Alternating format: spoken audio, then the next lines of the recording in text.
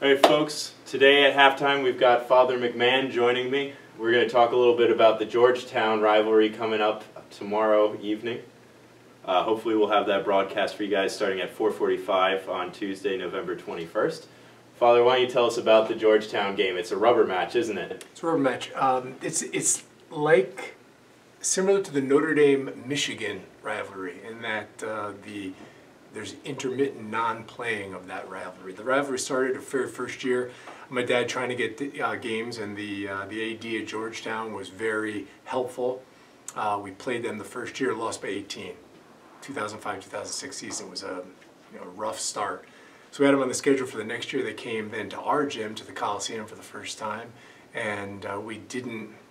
I mean, the team was rough. It was just getting the program off the ground. It was not easy. We had most of the players couldn't even really dribble. Certainly couldn't dribble with the left hand. Most could barely make a layup. Our layup lines were often an adventure. So we had great hope. Of course, we wanted to beat them. It's a local rival. They're just three miles up the street, and we were hoping that it would be a long-standing rivalry. We lost, as I said, by 18 the first year. They came in, I believe that we played at the very beginning of December, so it's almost, it'll be 11 years, almost to the date we reprised this rivalry. They came in, it might have been their first game, I think it was our second game that year, and we got off to just a great start. Incredibly hot, dropping shots and doing things that were totally unexpected by all, including myself, who was coaching at the time. Probably surprising even the players. Took a huge lead. At one point, I think in the third quarter, we were up by 18 points. Then the roof fell in.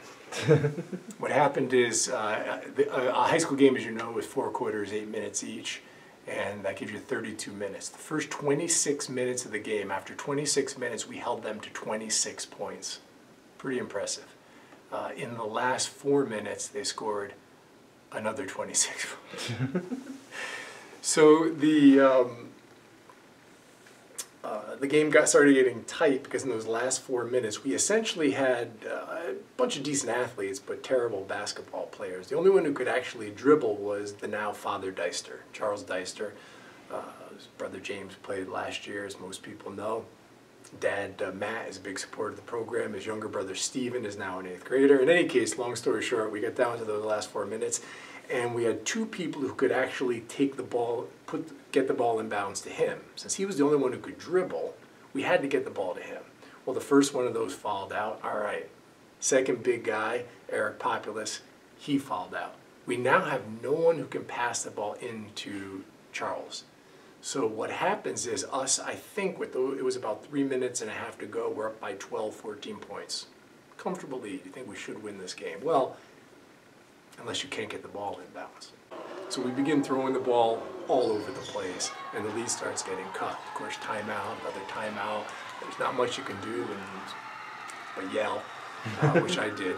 And after that, I said, okay, Charles, you got to take it out. Well, he's taking it out, and there's no one to pass it to at that point. As you know, in basketball, you can't pass it to yourself. So we go back to, we get John Shellstray. Good athlete, decent rugby player, awful basketball player. John's taking out, and surprisingly enough, John is right on target. Boom. Hard, crisp pass directly to the guy. Problem is, not our team. And if you look at the film, it's amazing. He's passing literally directly to the other team sometimes. How that is, I don't know. You'd have to ask John. Gets crazy, gets down to the end of the game, and with 16 seconds, we led the entire game. With 16.5 seconds to go, they go ahead for the first time. 52-50, I believe. My dad was there. The original AD, the founder of the La Salette sports programs. He's on the bench. I said, Pop, I can't believe it. We're going to lose this game. 16 seconds to go, timeout, last timeout, in everyone comes, come up with a play. Listen, we're down by 2. We just need 2 points. Let's get the 2 points. But my dad was right. I'm going to tell you what he did, and it's kind of a story. It worked out 2 points wasn't going to help us. Even if we scored the 2, we go to overtime, we're in trouble. They've just scored 26 points in 4 minutes. They're probably going to win this game. They've got all the momentum. So after we break the huddle, we got the play. It was going to be, if I recall correctly, the screen on the top for Deister. He's going to go in, drive to the hoop, try to get fouled, get the 2 points, whatever. My dad pulls him aside, says, "Charles, when you get open, shoot the 3. We have to win this game, no overtime." So unbeknownst to the coach, Father McMahon, this is now the strategy that's playing out. He comes off that screen, and instead of going to the hoop, he takes the 3, gets fouled. 9 seconds to go, goes to the line, and some of the most dramatic La Salette moments ever. Hits the first, hits the second, hits the third. La Salette 53, Georgetown 52. They missed a desperation shot at the end. No. There it is. Now I understand there's a little bit of controversy around that second game. Is that correct? Yes, but that's internal. We'll leave it at that. We'll leave it at that. So the rubber match coming up tomorrow. 1-1, La Salette, Georgetown. We'll get it taken care of tomorrow night. You must be pretty confident. The team was 5-25 last year. They lost their 3 best starters from that team. That's Georgetown. That's Georgetown.